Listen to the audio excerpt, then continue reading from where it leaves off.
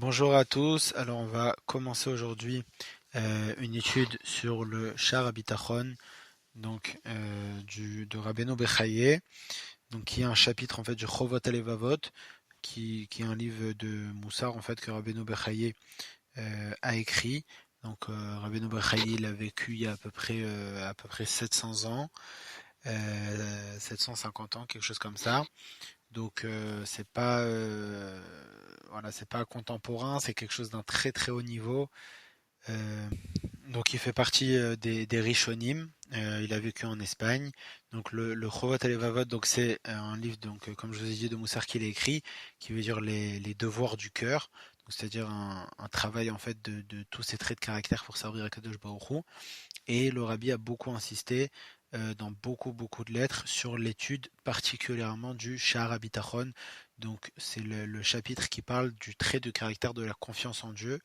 C'est même plus que confiance, mais bon, c'est comme ça qu'on le traduit en français. Alors le livre que j'utilise, c'est le livre du Rav Yitzhak Arad, qui en fait, il s'appelle en hébreu Sha'ar Bitachon de Rabbeinu Bechaye Mevoar Leor HaChassidut. Donc c'est-à-dire le Sha'ar Bitachon de Rabbeinu Bechaye expliqué à la lumière de la Chassidut. Il est très bien expliqué. Il ramène aussi des fois que ce soit des points des sikhot du Rabbi ou des rabbins précédents. Donc voilà, ça allie Moussar et Chassidut. Je trouve ça vraiment parfait. Euh, donc ça, c'est pour un peu la présentation du livre. Alors, les explications de Ravitra Karad, elles sont assez longues, donc il y a des fois où c'est nécessaire où je vais les lire, des fois ça nous rajoute des choses, je vais les lire, et les fois où on peut avancer seulement grâce aux paroles de Rabbeinu Bechaye, alors on le fera. Donc Bezrat Hashem, on commence avec l'introduction que Rabbeinu Bechaye a lui-même écrit. Il nous dit Shar Arevi, donc la porte 4, Bebitachon al Hashem, donc en fait le quatrième chapitre, Bebitachon al Hashem levado itromem veitadar. Ça va venir parler de Bitachon envers Akadosh Baruch Hu, qui est le seul et qu'il soit loué. Ok. Donc il nous précise le Ravarad qu'en fait ce Shar Bitachon là, ça vient en fait donner la force à l'homme d'être complètement serein en sa personne grâce au bitachon Bachem.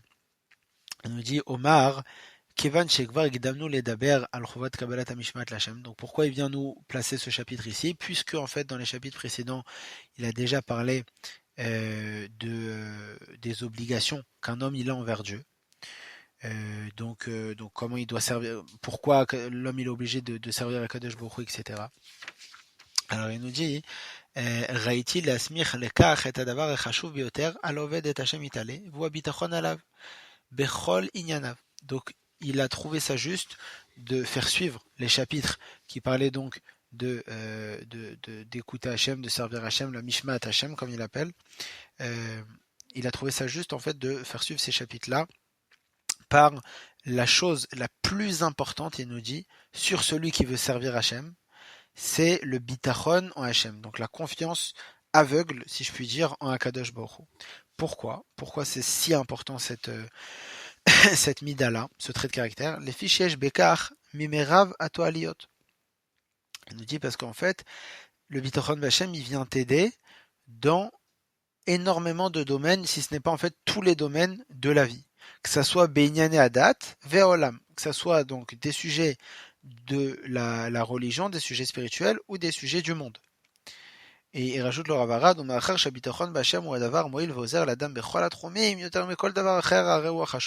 puisque c'est quelque chose, le bitachon b'Hashem, qui vient t'aider dans tous les domaines de la vie, donc c'est la chose la plus importante qui existe. Donc le Ravarad il rajoute un petit paragraphe, il nous dit le bitachon c'est quoi? C'est bitul, l'annulation. Il nous dit on comprend en fait pourquoi c'est si important le bitachon grâce à la chassidut. Pourquoi? Parce que la chassidut elle vient nous expliquer que la base de tous les services divins c'est l'annulation. Donc l'annulation envers Akadosh Baruch Hu. Il nous dit l'inverse de l'annulation c'est quoi? C'est de se sentir une personne, de s'en sentir une force à part le créateur. C'est-à-dire que on se dit, il y a Kadosh Baruch Hu, mais nous aussi, on a une force. Ouais, chas v'shalom. Il nous dit Kefi chez Avodazara, Mevatat et Efer Gamor me Emuna Bashem. Il y en a Knia les Davar, chez Ouzar les Met à Lukut. Et il nous dit finalement, c'est comme de la Avodazara. Quand un homme, il dit Bekori ou Betzem Yadi Asali et Tachaïlaze, il pense que c'est tout ce qu'il a, c'est grâce à lui-même, ou c'est grâce à son travail, ou c'est grâce à son patron, ou c'est grâce à la banque, ou c'est grâce à ce que tu veux. Alors, quelque part, ça peut être de manière fine ou de manière grossière, eh ben, il y a un manque de confiance en Hachem, il y a un manque de Emouna en Hachem, et il y a même de la Avodazara. Ça peut arriver jusqu'à la Avodazara. Pourquoi? Parce qu'en fait, il va venir croire qu'il a une force en lui-même qui n'est pas la force de Hachem, en fait, Chas Shalom, qui va venir lui donner des choses dans la vie. Alors qu'en fait, tout ce qu'il a dans la vie, c'est seulement et uniquement par la force d'Akadosh Baruch Hu. Donc, de croire en fait qu'il y a autre chose que Hachem qui te donne quelque chose dans ce monde, c'est une forme d'Avodazara finalement. Alors, il va pas se prosterner devant des statues, d'accord, mais en son cœur, eh ben, il n'est pas complètement, complètement, comment on dit, il n'est pas complètement convaincu, voilà, c'est le mot que je cherchais, il n'est pas complètement convaincu que c'est Hachem qui lui donne tout. Il nous dit Bitachon ou achova ruchanit analit beoter machar shi mevatat et omek habitul shelenu l'Hachem. Et donc il nous explique pourquoi le bitachon finalement c'est la chose la plus grande qu'il y a pour servir Hachem. Il nous dit parce qu'en fait c'est notre degré d'annulation envers lui, et ben il va être en fonction de notre bitachon. Donc c'est pour ça qu'on a besoin du bitachon. Adam sheno boter b'Hashem, maré bazé sheu chash iyum mipnei mashu zar v'achar mibilade Hachem chalila. V'chashash ze bedakut kamu kavodazara. Il nous dit un homme qui a peur d'autre chose que d'Hachem, eh ben il vient montrer en fait que il donne de la force à d'autres choses dans le monde, si ce n'est à Kadosh Baruch Hu. Je sais pas, il peut avoir peur par exemple il peut avoir peur de je sais pas, avoir une peur dans la parnassa par exemple, c'est ce qu'on retrouve aujourd'hui le plus souvent. Alors il se dit quoi? Il se dit c'est la banque qui peuvent me faire des problèmes par exemple. Mais tout ce qui peut se passer, ça viendra seulement et uniquement d'Hachem. Donc t'as pas à avoir peur de quoi que ce soit si ce n'est d'Hachem. Ok? Et donc si t'as peur, chas v'shalom, d'autre chose, et ben quelque part ça veut dire qu'il y a un petit peu d'avodazara. Omnam midat ve'regeshot rabim asuim levate et akisher im abore. ובהם אהבה, יראה ועוד, את הנקודה הפנימית והבסיסית של כולם, היא הביטחון בהשם, המבטא את עצם נקודת הקשר והסמכות על השם, ולא על עצמנו, או על ענייני הטבע וכדומה, ולכן הוא החשוב ביותר. Donc il nous dit bien sûr, il y a d'autres sentiments qui vont venir démontrer notre rapprochement, notre attachement avec Akadosh Baruch Hu. On peut ressentir de la crainte envers Hachem, de l'amour envers Hachem, etc. Mais en fait, tous ces sentiments-là, leur base c'est quoi? Finalement c'est le bitachon b'Hachem. Pourquoi tu crains Hachem? Parce que tu sais que c'est lui qui gère tout, parce que tu sais que c'est lui le maître, tu sais que c'est lui le créateur, et comme tu le sais, alors t'en viens à une crainte. Comme tu le sais, t'en viens à de l'amour, etc. Donc en fait, la base de tous les bons sentiments qui vont venir nous rapprocher d'Akadosh Baruch Hu, eh ben ça va être le bitachon. Et là il nous dit Rabbeinu Bechaye qu'on doit être en fait comme un esclave devant son maître. Il nous dit Ve'ine toal tobo Benedato men menuchat nafsho. Donc il nous dit déjà un des avantages qu'il aura celui qui a le bitachon b'Hachem, c'est qu'il va être serein par rapport à sa religion, par rapport à sa spiritualité. Pourquoi? Il explique le Rav nous dit comme ça, il nous dit Lelo habitachon yehudi echol lichiyot et olamo ruchani mitor daga velachatz. Sans bitachon, un homme, il peut vivre sa religion dans le stress.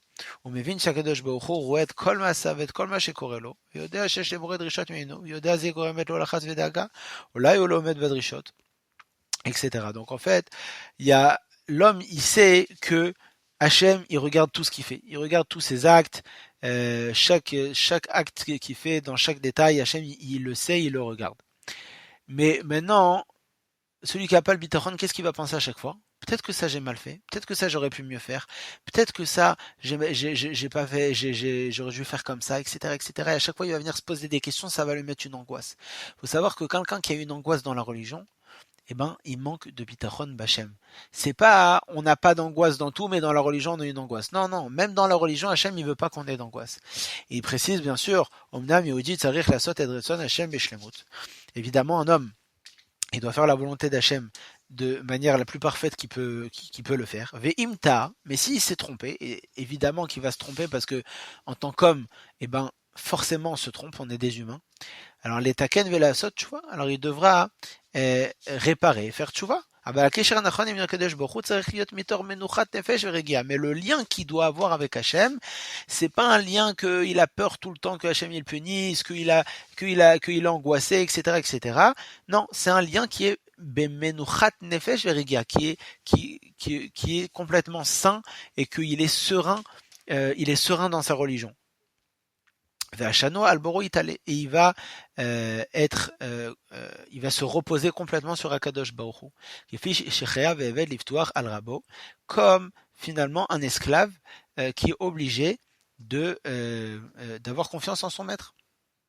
Il nous dit un esclave, eh ben, il a aucune inquiétude. Pourquoi? Parce que il gère rien. Il fait ce que son maître lui dit et c'est tout. Alors nous, pareil avec Akadosh Baruch Hu, on fait ce que notre maître nous dit et c'est tout. Alors Avraham donne un très bon exemple. Il nous dit, c'est comme un employé d'une usine. Ouais. Donc lui, il a un rôle dans l'usine. Il doit visser des boulons, par exemple. Toute la journée, son travail, c'est de visser des boulons. Alors c'est pas, il va venir demain toquer dans le bureau du directeur, il lui dit, dites-moi, monsieur le directeur, je veux juste savoir au niveau des ventes, comment ça avance, est-ce que ce mois-ci on est bien on est dans les bons statistiques, etc. Le patron, qu'est-ce qu'il va lui dire? Il va lui dire, écoute, je suis désolé, mais je t'aime beaucoup, j'ai besoin de toi, hein, mais c'est pas ton rôle de t'occuper de combien de ventes on a fait et de la stratégie de vente, etc., marketing, tout ça, c'est pas ton rôle. Toi, t'es là pour visser les boulons. Alors on a besoin de toi évidemment, mais là tu rentres dans des baskets qui sont pas les tiennes. Alors pareil avec Akadosh Baruch Hu, nous c'est quoi notre rôle? D'être Eved Hashem, de servir Akadosh Baruch Hu, Besimcha, de faire du mieux qu'on peut dans le service divin, de faire du mieux qu'on peut pour être une bonne personne, un bon mari, une bonne femme, une bonne mère, un bon père. De faire aussi son maximum, bien sûr, dans notre ustensile de Parnassa. Chacun, il a un métier, alors bien sûr, il doit être sérieux dans son métier, faire du mieux qu'il peut, mais tout le résultat, ça doit même pas, c'est-à-dire, c'est pas seulement que ça doit pas le stresser, c'est que ça doit même pas l'intéresser dans le sens que il doit même pas se poser la question qu'est-ce qu'il en est du résultat. Le résultat, c'est dans les mains d'Hachem. C'est lui qui va te donner finalement ce que tu as besoin. Toi, tu penses avoir besoin de tel et tel, Hachem il va te donner autrement, et c'est ça finalement la meilleure chose que tu auras. Donc en gros, comme un employé qui doit pas venir poser des questions à son patron sur des choses qu'il regarde pas, ben nous pareil. Le bitachon, il va venir nous apprendre à ne pas se stresser et ne même pas poser de questions sur des choses qui sont finalement que dans les mains d'Hachem et qui nous regardent pas. Euh, et donc, ok. Et donc il nous dit comme ça. Il nous dit, il faut voir dans la vie, dans les mains de qui, eh ben on est transmis. C'est qui est-ce qui nous gère, dans les mains de qui on est. Qu'est-ce que ça veut dire? J'ai les fiches Shemlo Yiftach al Hashem Yiftach al Zulato. Rabbeinu Bechaye nous dit de manière très claire. Celui qui n'a pas de bitachon envers Akadosh Baruch Hu, de manière automatique et naturelle, il va avoir un bitachon envers des êtres humains. Pourquoi? Le Rav Arad explique. Adam Beshel Tivo Absissi, Eneno Mesugal Liot Kol Azman Bechavaya Shel Ivadot Velachatz. Un homme de manière naturelle, il ne peut pas supporter être tout le temps dans une position de non-savoir. Donc il peut pas tout le temps être stressé pour l'avenir. Il a besoin de quelque chose auquel il va se raccrocher et qui va lui permettre d'être serein. Donc bien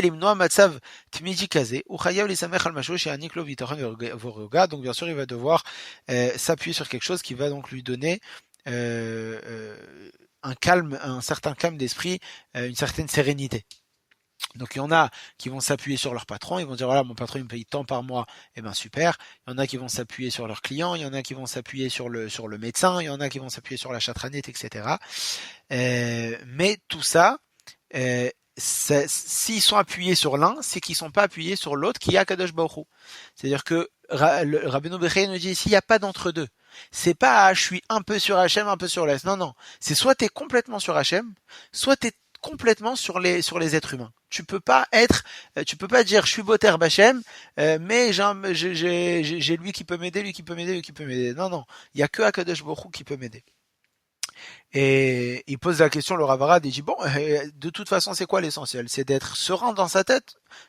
Donc, c'est quoi la différence pour moi que je sois serein parce que je sais que j'ai telle personne qui peut m'aider, ou je sois serein parce que je compte sur Hachem qui m'aide? C'est quoi la différence? L'essentiel, c'est que je sois serein, que je sois bien dans ma peau. Il me dit non. On a deux problèmes ici dans celui qui va avoir confiance dans les êtres humains. C'est quoi? Le premier problème qu'il peut avoir, c'est que il peut être déçu. Il peut être déçu du comportement de gens en qui il avait confiance. Et donc ça, enfin, c'est-à-dire c'est un problème finalement sur le long terme. Et le deuxième problème, c'est quoi? C'est que le fait qu'il a confiance plus en les hommes qu'envers Akadosh Baruch Hu, ça va venir démontrer qu'en fait il a un manque d'émouna. Et comme tout le but de ce monde, c'est quoi? C'est finalement de travailler notre lien, d'avoir un lien le plus parfait possible avec Akadosh Baruch Hu. Alors là, il est complètement, en fait, en ayant confiance aux autres et en montrant son manque d'émouna, il est complètement à l'inverse de sa mission qu'il doit réaliser dans ce monde. Et il continue Rabbi Bechaye, il nous dit Omi shebatar al zulat Hashem, beselek Hashem ashgachato mimino, omosro bide oto shenishan alav. Et là, Rabbi Bechaye, il parle de manière assez dure.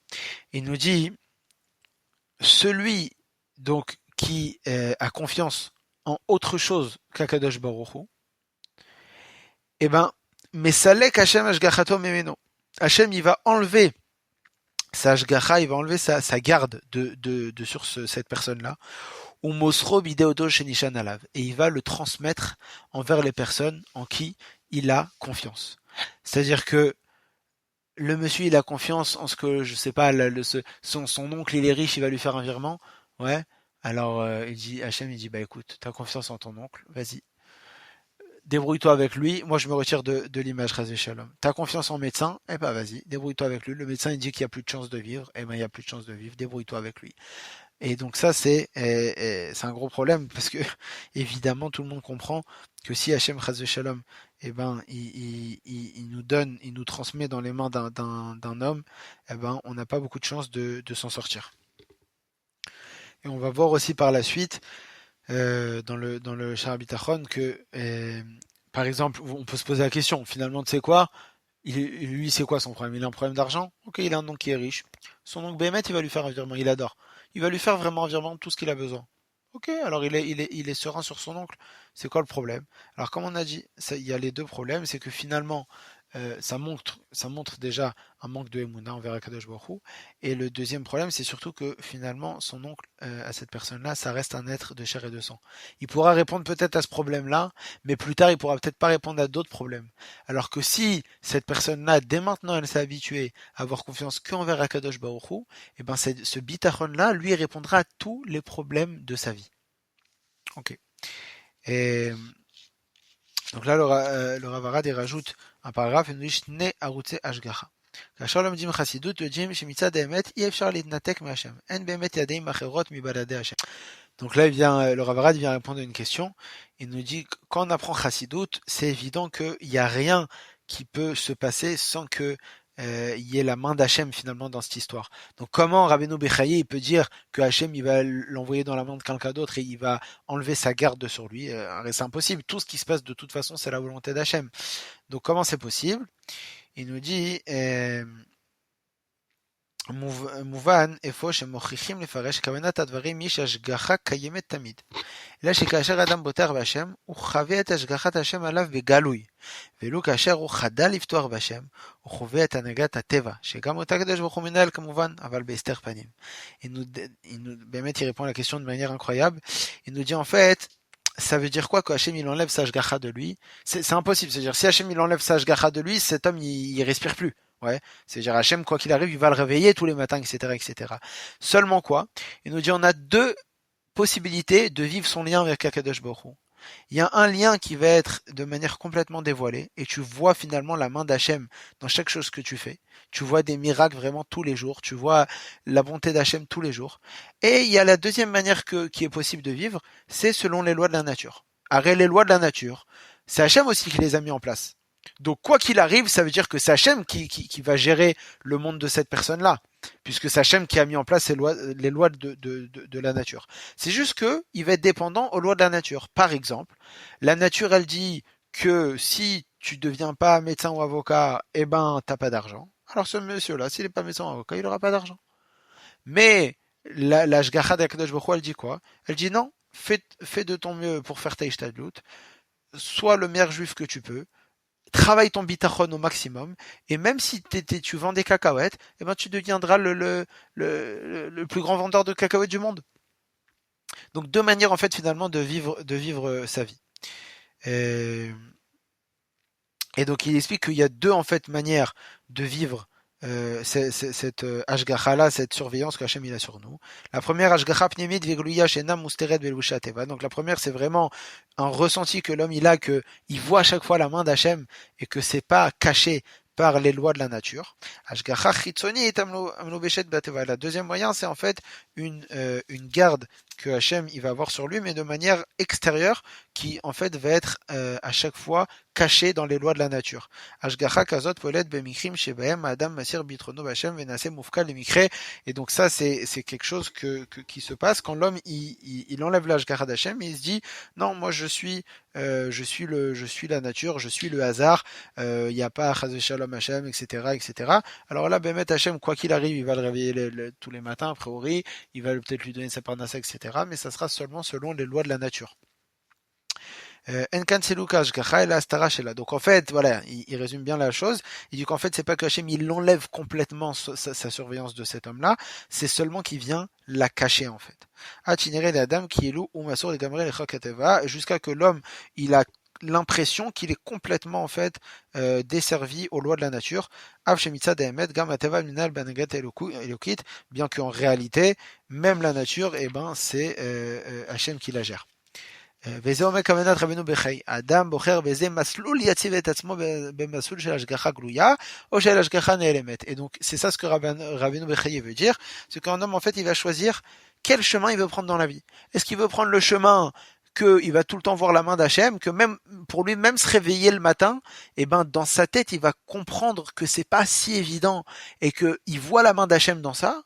Et bien sûr aussi il verra la main d'Hachem, mais à la TVA, comme je vous ai dit, il vendra des cacahuètes et malgré tout, et ben ça sera le meilleur vendeur de cacahuètes du monde.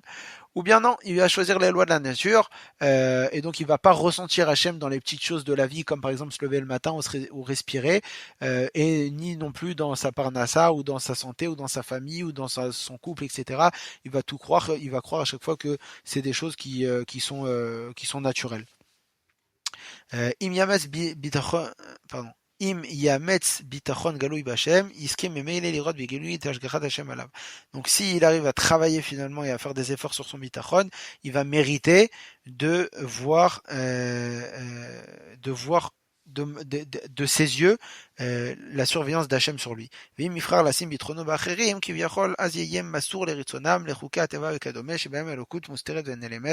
si par contre il choisit le deuxième chemin d'être dans les mains des hommes, alors là malheureusement il ne verra pas de manière claire et évidente la main d'Hachem dans sa vie. Donc voilà les amis pour ce premier cours, donc c'était l'introduction. On n'a pas fini l'introduction encore de Rabbeinu Bechaye, on va continuer Bezrat Hashem au prochain cours. Et en attendant, je vous souhaite une excellente journée. Et bien sûr, si vous pensez que cette vidéo, que cet audio plutôt peut aider quelqu'un, n'hésitez pas à le partager, à vous abonner à la chaîne, à liker, etc., etc., qu'on puisse faire remonter Bezrat Hashem cette vidéo-là et le reste à beaucoup de juifs, Bezrat Hashem, et faire Afatsat Hamayonot pour rapprocher la Géoula.